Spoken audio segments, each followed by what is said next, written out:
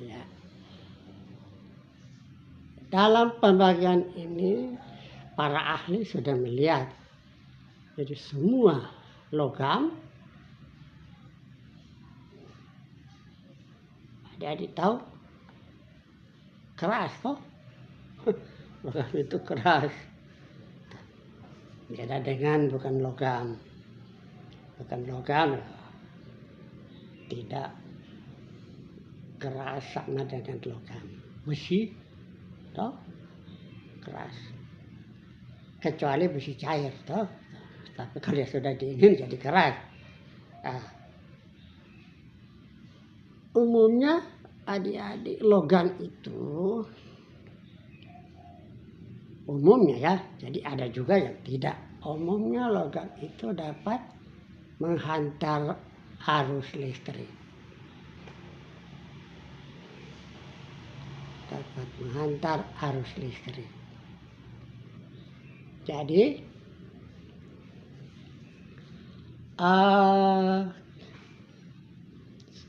umumnya logam itu ada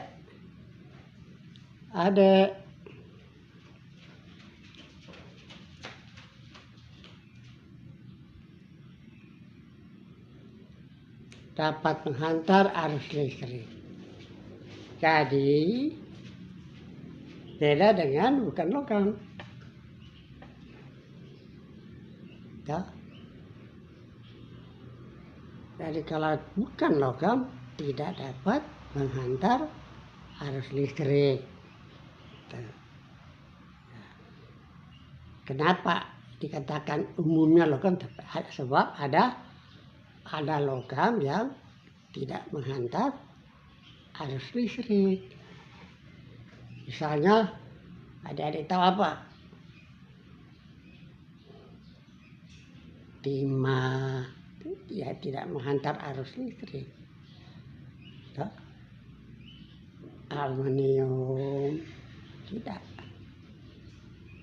Jadi begitu juga sebaliknya yang bukan logam. Yang bukan logam, ya jelas dia tidak dapat menghantar arus listrik. Kecuali sudah bergabung, toh seperti yang di papan ini, toh atom H tidak menghantar arus listrik, atom O tidak menghantar arus listrik. Kalau dia sudah bergabung menjadi air, sudah dapat menghantar arus listrik. Adik-adik kan pernah lihat, pernah tahu tuh orang-orang yang kalau di pedalaman atau jauh dari kota, di mana yang ada sungai, ada aliran-aliran sungai, biasanya orang-orang di kampung itu, apalagi kalau dia habis banjir di kampung, habis hujan, apa orang-orang di kampung bikin? Ya, mereka mencari ikan pakai strom ikan, pakai aki air kan. Jadi air itu kalau sudah jadi air sudah bisa menghantar arus listrik. Nah, jadi kalau arus listrik itu, nah kalau manusia menghantar arus listrik tidak? Coba. Pasti kamu bilang iya, toh? Ya, semasi manusia itu hidup, berarti ada aliran darah dalam manusia, basah, masih basah tubuh manusia itu, pasti Orang bilang, orang Minahasa, orang kota Manado bilang pasti tas strom. Toh, adik-adik mungkin pernah lihat, pernah tahu.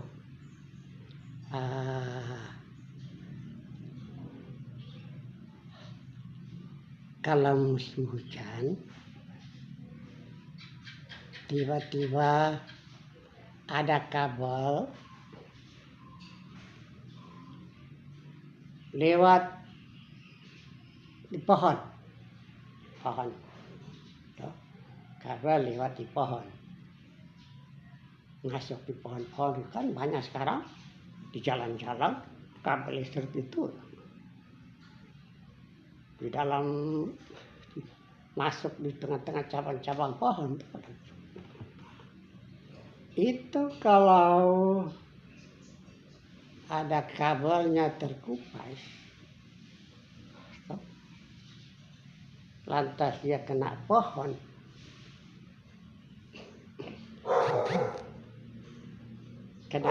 itu, adik-adik hati-hati.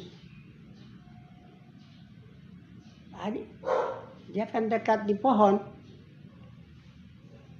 jangan pegang pohonnya. Wastrom itu. Kaget tadi. Apalagi kalau dia hujan, kalau lagi wastrom lagi itu. Tidak hujan, asal pohonnya belum mati. Pohon yang masih tumbuh bagus, subur. Toh, kalau sudah mati, dia kecuali hujan. Jadi air hujan itu mengalir di pohon itu, yang pohon sudah mati. Air hujan ini lupa, jadi dengan kata pohonnya sudah basah. Kalau basah itu sambung air itu kena kabel itu bastrom pohon di bawah. Nah, kalau pohonnya masih hidup tanpa hujan, bastrom karena pohon itu basah. Nah, jadi adik-adik timbul pertanyaan lagi, sebenarnya apa itu strom itu? Aliran listrik itu apa? Ya kalau ditanya tentu, oh strom no, itu listrik, ya apa itu? Jadi kalau tidak strom, berarti tidak ada apa-apa. Nah, jadi itu cari apa, ada apa di situ? Namanya aliran listrik. Kalau tidak ada aliran listrik, tidak strom. Nah, sekarang jadi apa itu aliran itu? Sesama dengan aliran sungai. Itu kan air yang mengalir, disebut aliran sungai. Kalau pasir yang mengalir tidak mungkin disebut. Nah, kalau aliran listrik, jadi apa itu listrik? Nah, adik sudah mulai pelajari, ya, jadi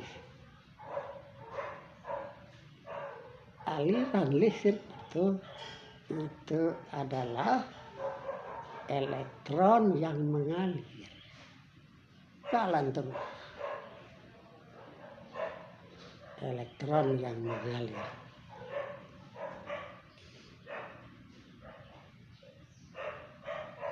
Tidak, tadi baru dijelaskan dapat menghantar arus listrik logam, pada elektron mengalir melalui logam itu. Walaupun tadi sudah dijelaskan tidak semua logam elektron bisa berjalan akan, dia bisa mengalir. Yang paling banyak digunakan, yang paling biasa umumnya digunakan logam apa? Coba adik-adik tebak. Ya. Yang paling biasa digunakan adalah logam tembaga. Jadi itu di dalam kabel itu, di dalamnya kabel itu logam tembaga. Ada yang berbentuk kawat, ada yang berbentuk serbuk-serbuk. Masih timbul pertanyaan lagi dari adik-adik. Kenapa bukan besi? Coba adik-adik bedakan. Kenapa bukan besi? Melainkan tembaga.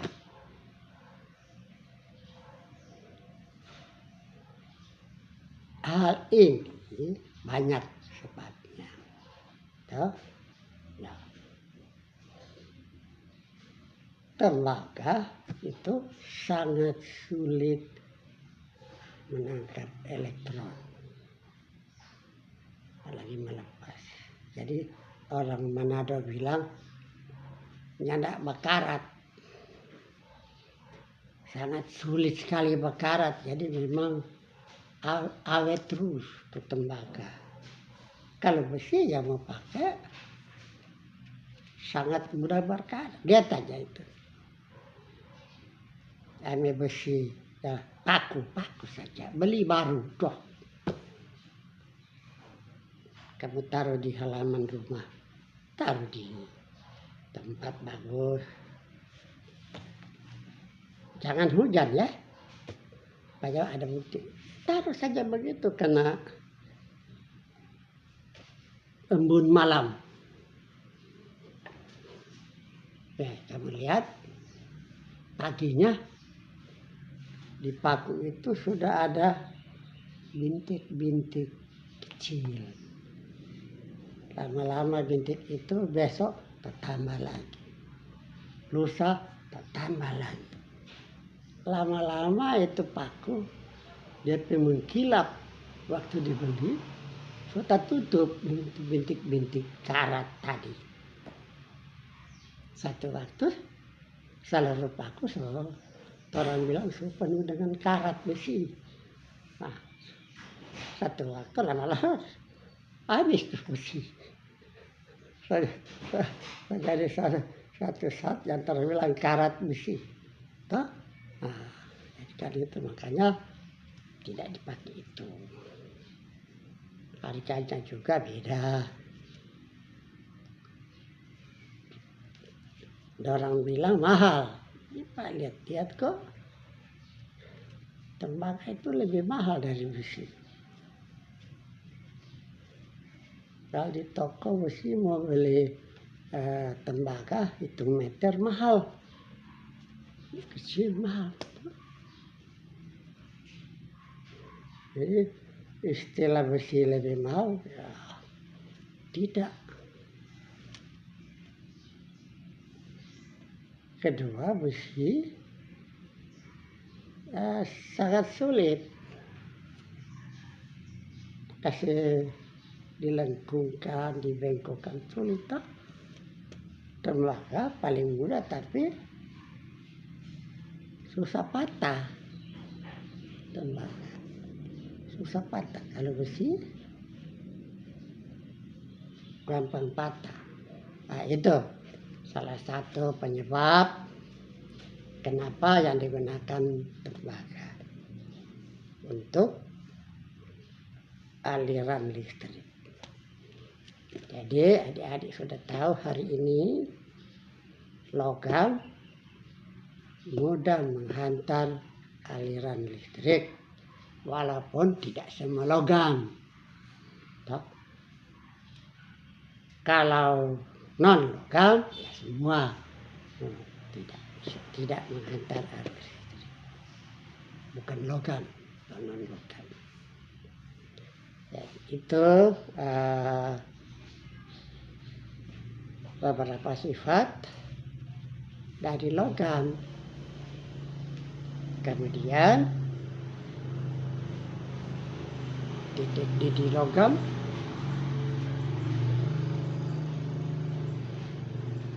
titik leleh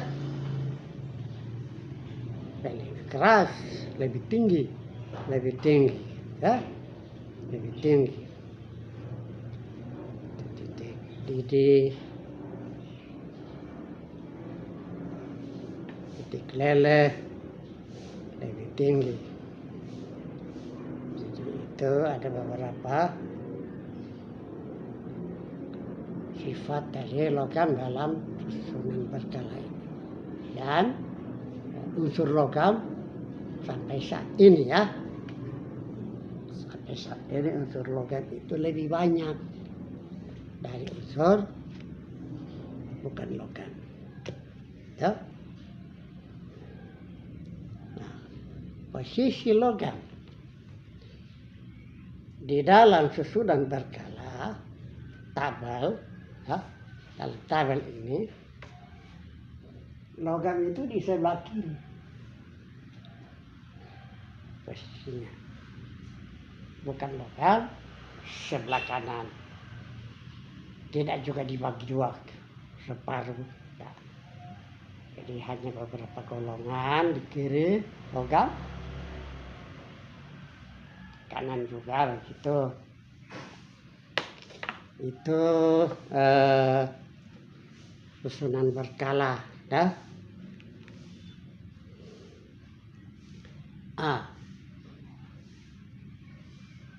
Dalam satu kala, satu periode,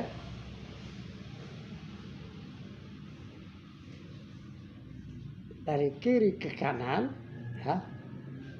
Jadi dari sebelah kiri, ya, ke kanan yang horizontal. Ini saja Pak tunjuk. Jadi dari kiri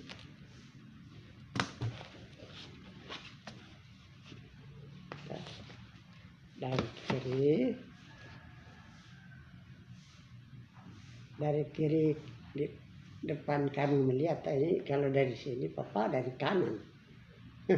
Dari kiri ke kanan.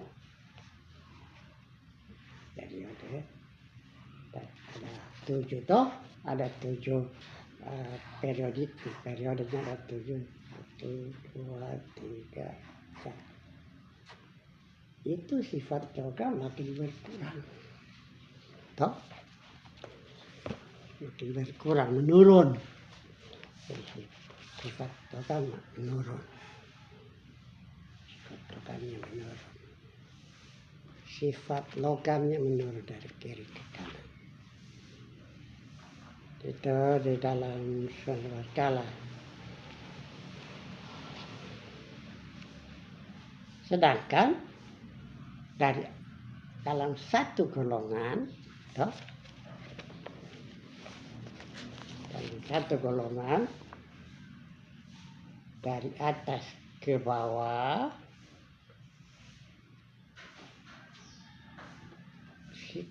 sifat logam dari unsur makin besar, bertambah.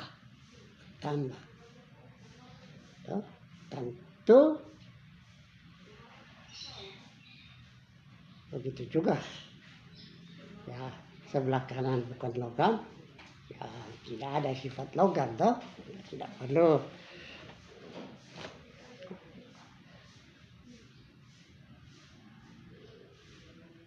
Nah, adik-adik sudah tahu tadi dijelaskan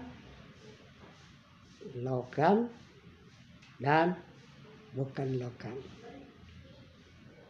Di antara unsur-unsur golongan logam dan golongan bukan logam ada unsur-unsur yang bilang logam bukan, bilang dikatakan logam bukan, dikatakan non logam juga bukan. Jadi Pak kasih contoh. Adik-adik pernah melihat kaca? Ada toh? Kaca.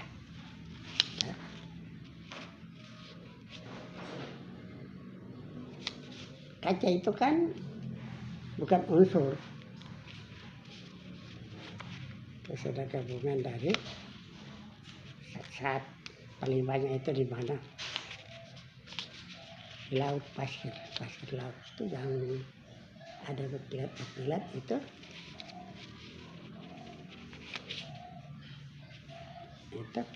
kaca. Nah, jadi dia itu sifat logamnya itu berkurang, jadi tidak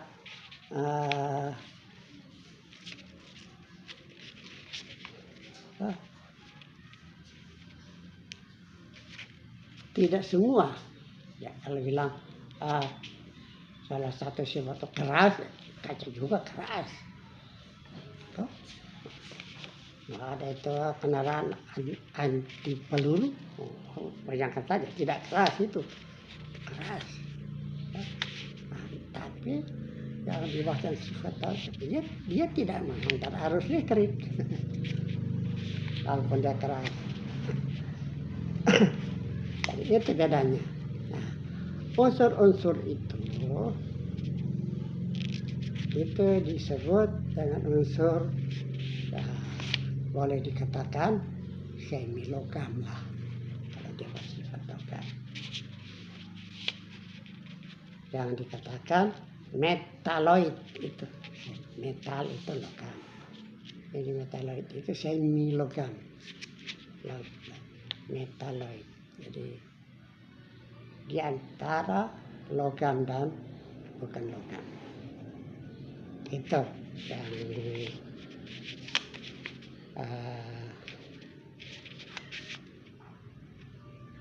unsur di antara logam dan bukan logam. Itu adik-adik sudah paham sedikit mengenai logam dan bukan logam. Nanti kepandaian manusia toh dibuat lalu itu logam itu menjadi ini stainless steel itu bukan logam, itu sudah paduan atau baja toh itu semua dari besi tapi diolah oleh manusia hanya dia menjadi baja. Jadi macam seng itu orang cuma bilang oh itu seng, tapi seng itu ada banyak macam. Ada yang dilipat tadi, ada yang stoknya palu masih keras, itu sudah campuran besi logam toh. Ya itu mengenai sifat-sifat berkala, susunan berkala, salah satunya unsur logam dan bukan logam. Kemudian titik didih dan titik leleh. Jelasnya dididihkan yang cair untuk dalam susunan berkala dari atas ke bawah dalam satu golongan, ya, dalam satu golongan dari atas ke bawah, ya.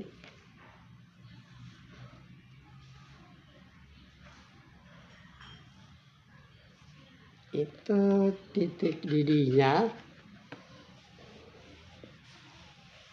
makin rendah.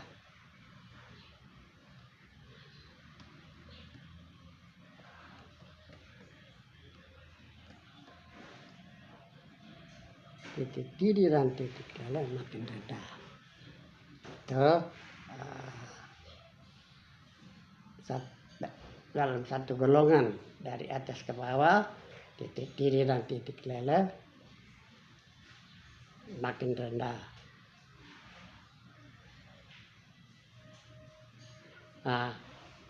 Dalam satu periode dari kiri ke kanan,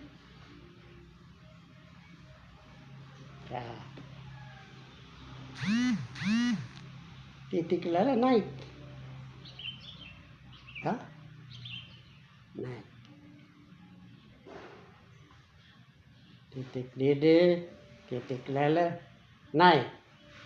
Ini dalam satu periode yang mendatar.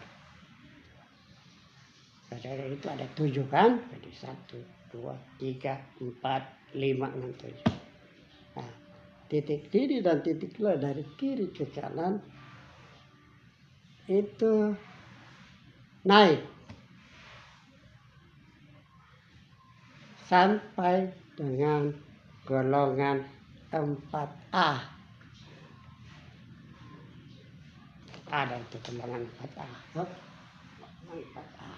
Sampai situ naiknya. Kemudian sudah golongan 4A, dia turun lagi. Menurun perlahan-lahan secara teratur. Itu maksudnya titik lele naik sampai golongan 4A, kemudian sesudah itu dia menurun lagi. Titik didih dari kiri ke kanan, titik didih dia naik sampai golongan 3A. Kemudian selanjutnya golongan 4 turun, 5 turun, 6 turun, ya, pada akhirnya 8A. Itu untuk titik didih. Kalau ini dari kiri ke kanan satu periode, titik lele naik. Dari golongan 1 dia naik sampai dari golongan 1A, dia naik sampai golongan 4A. Baru dia turun lagi. Titik lelenya. 4. Jadi, golongan 5A turun. Itu juga untuk titik didih. Dari periode titik didih dari kiri ke kanan, dia naik sampai golongan 3A. Periode selanjutnya, dia turun secara teratur. Itu titik didih dan titik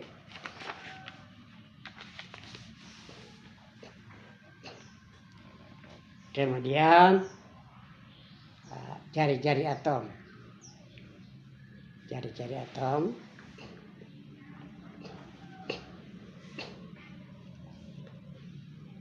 adik-adik, apa itu jari-jari?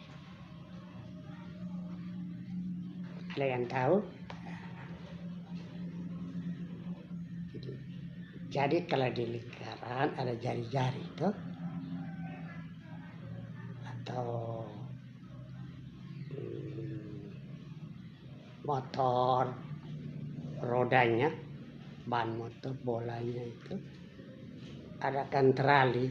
Nah, terali di motor ban motor itu yang disebut dengan jari-jari. Kalau dia tanya,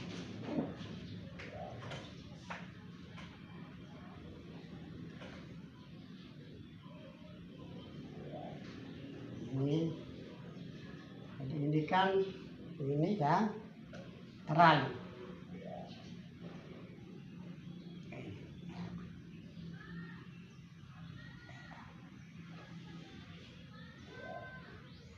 Jadi kalau dua terali dihubungkan itu garis tengah.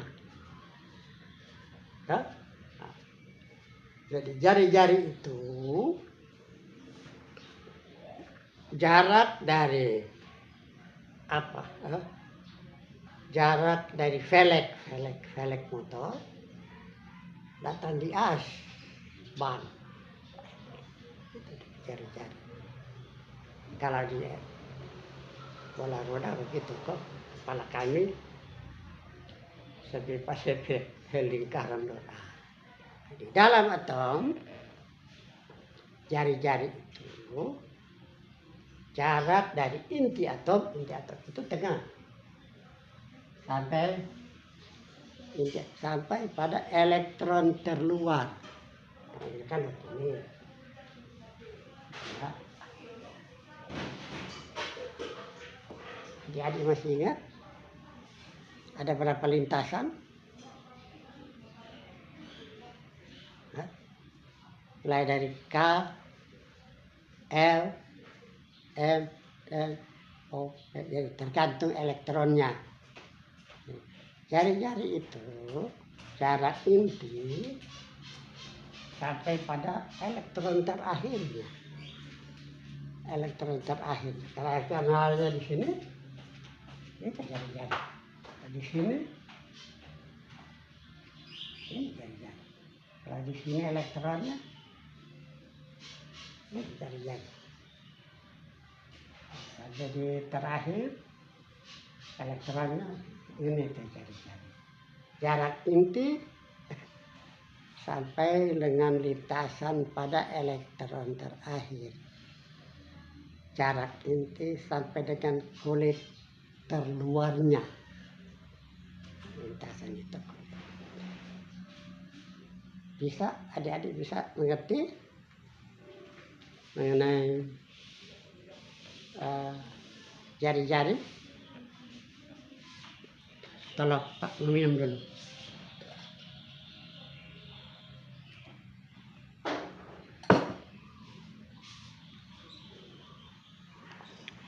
Jadi itu yang dimaksud dengan definisi jari-jari. Jadi kalau ditanya apa yang disebut jari-jari atom, ya berarti mesti dijawab sesuai dengan pertanyaan tuh.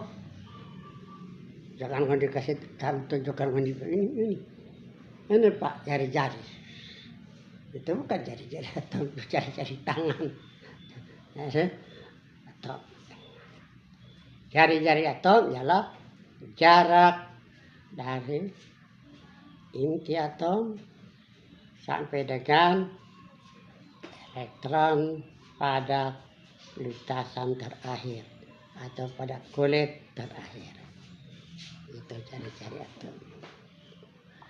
Sekarang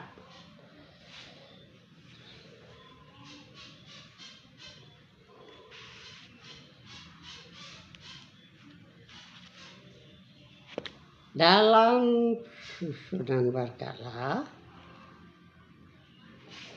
jari-jari atom dari kiri ke kanan, jadi dari kiri ke kanan jari-jari atom dalam susunan berkala dalam satu kala, ya itu kala itu periode itu kala, makanya berkala. Periodik ya, itu berkala. Jadi kalau kala periode, jadi dalam berkala dari kiri ke kanan dalam susunan berkala itu jari-jari atom dari kiri ke kanan makin kecil atau makin pendek. Jari-jari atom makin pendek dari kiri ke kanan. Sedangkan dalam satu golongan dari atas ke bawah makin panjang jari-jari atom. dari atas ke bawah, dari vertikal toh. Kalau berkala horizontal, kalau golongan vertikal dari atas ke bawah. Tuh jari-jari atom makin panjang. Nah di sini adik-adik akan lihat gimana. Kenapa Pak makin pendek dari kiri ke kanan dalam satu periode? Nah, jawabannya ini disebabkan oleh karena nomor atomnya bertambah. Jadi muatan intinya, muatan positifnya juga bertambah.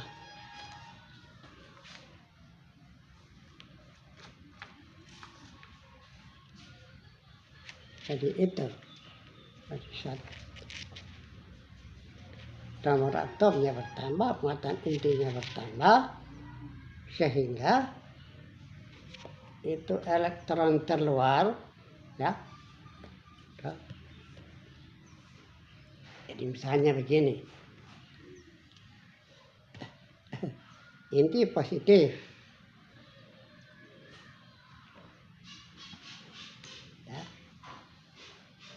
Ini elektron.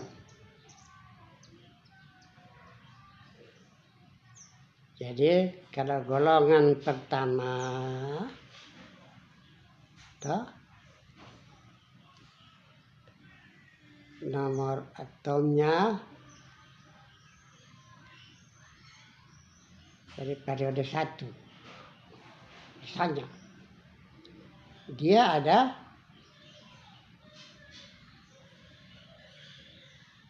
contoh, ini Pak kasih contoh ya, atau Pak tulis di papan ya, saya bisa jelas. Pak ambil contoh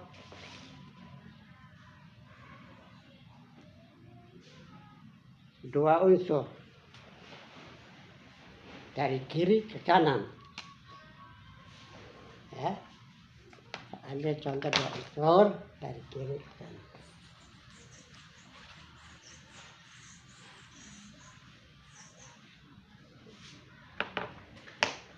Hanya Pak tulis Na.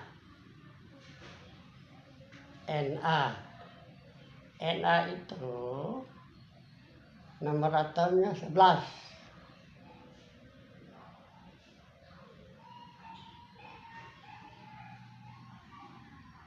Berarti kalau ini inti, elektronnya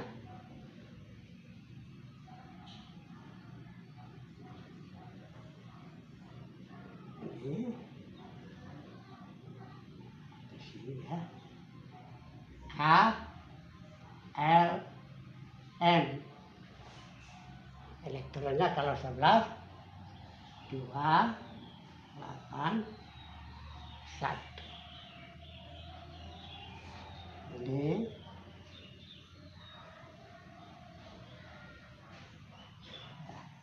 ya.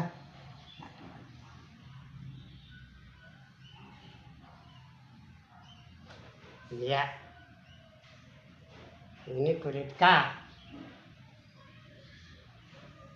L M. Ini inti. Inti ada 11 proton, elektronnya 11, ya. Pak tidak tulis neutron, proton. Nah, ini elektron 2, 8, 1. Ini jari-jari.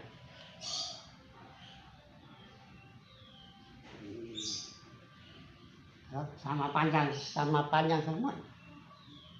Kan itu ada elektron terluar. So, cuma satu, Pak, ini sama.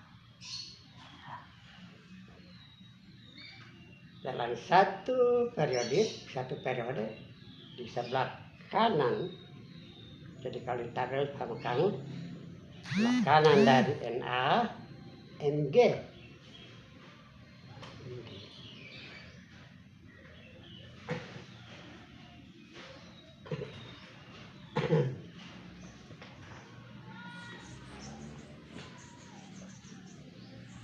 Kanan dari Na, Mg.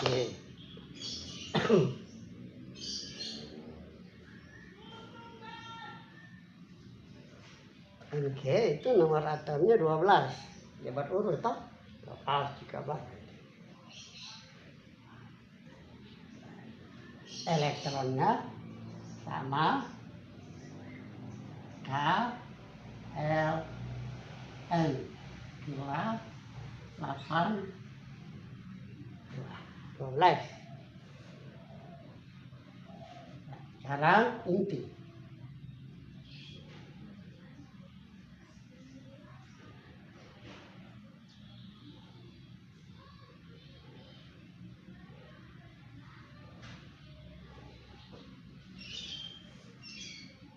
Inti ada 12 proton.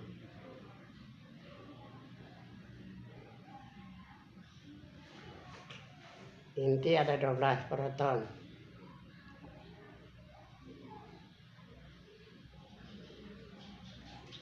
Elektronnya 12, kan ketentuan. Nomor atom sama banyak dengan elektron, sama banyak dengan proton. Yang sudah diterangkan. Jadi protonnya 12, elektronnya 12. 2, 8, 2. 2, 8, 2. Nah, ini jadi.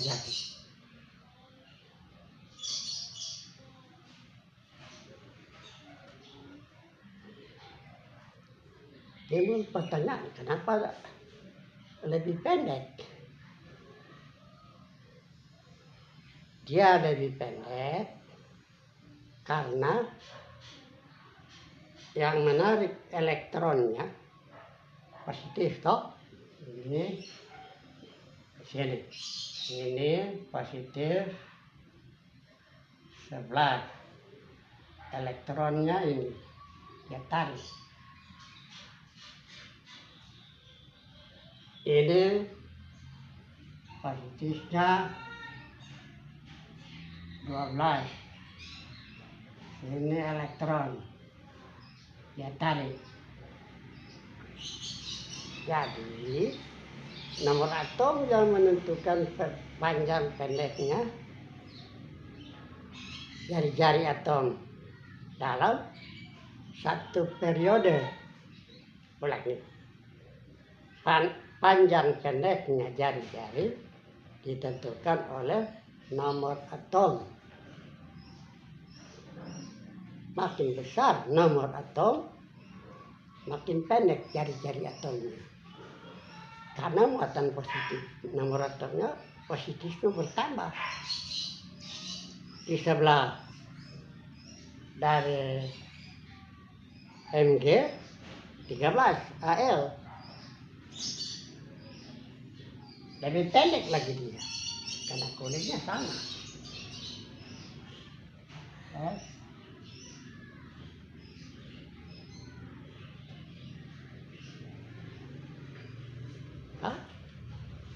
Tetap 3 kulit.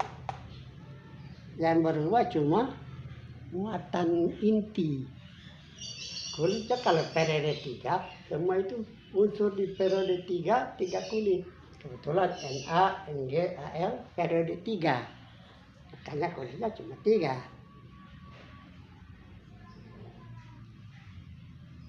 Bisa? Ya. Di sini dia positifnya 13. Dari sini elektronnya sini. Elektron lebih tertarik. Karena yang menarik lebih banyak positif. positif, menarik elektron kan negatif.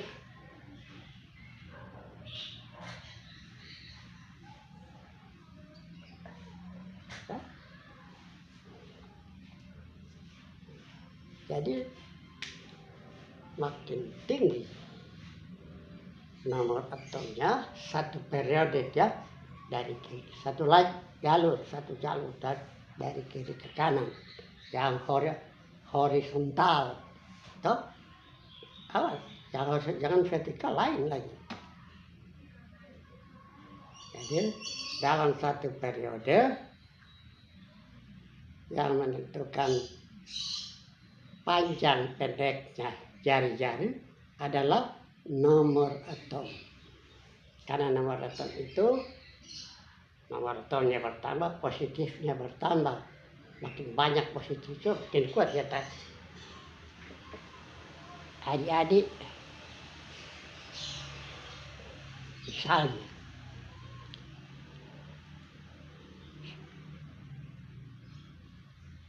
dua orang tarik satu orang, kemudian 3 orang tarik satu orang, mana yang lebih cepat tarik? 3 tuh, cepat sekali tuh, jadi pendek. Jadi sama dengan magnet misalnya ini ada paku.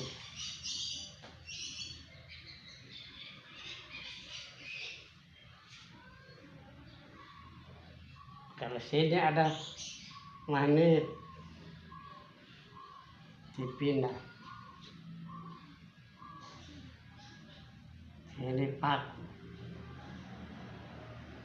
Mana yang lebih cepat tertarik? Pasti ini toh. Yang dekat toh.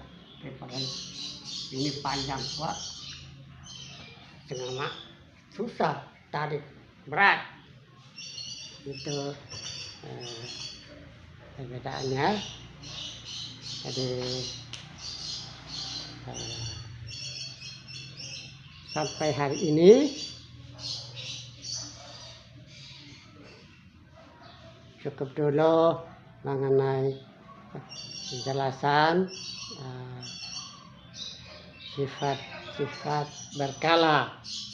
Itu ada sampai 6. Ini kita belum selesai 2.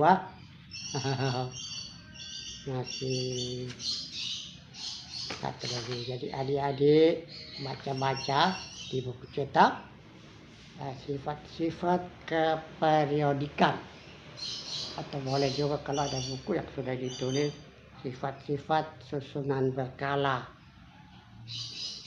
ya. Jadi,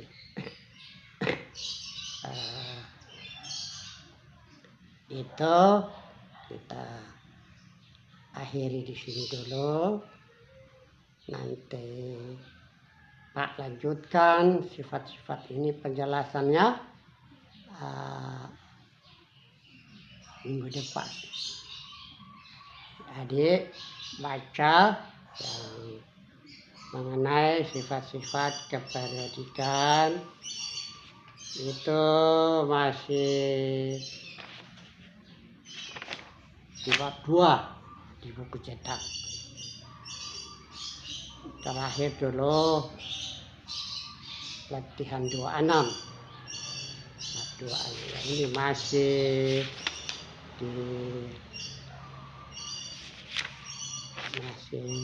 bab 2. Bab 2. Jadi adik baca-baca bab 2.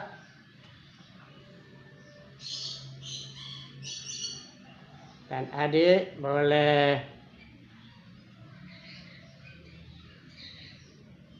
Pak kasih tugas.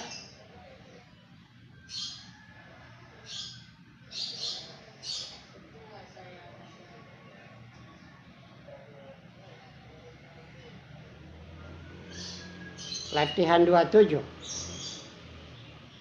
Nomor 1 sampai 4.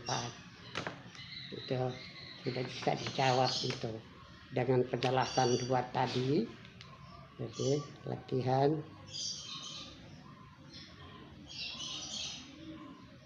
27 nomor 1 ada di buku jawabannya itu.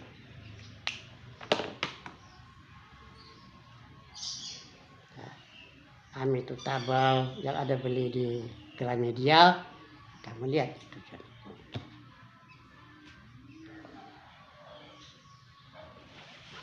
Jadi sampai sini dulu hari ini. Jadi selamat pagi, Pak masih pindah di kelas 11. Pagi, selamat belajar.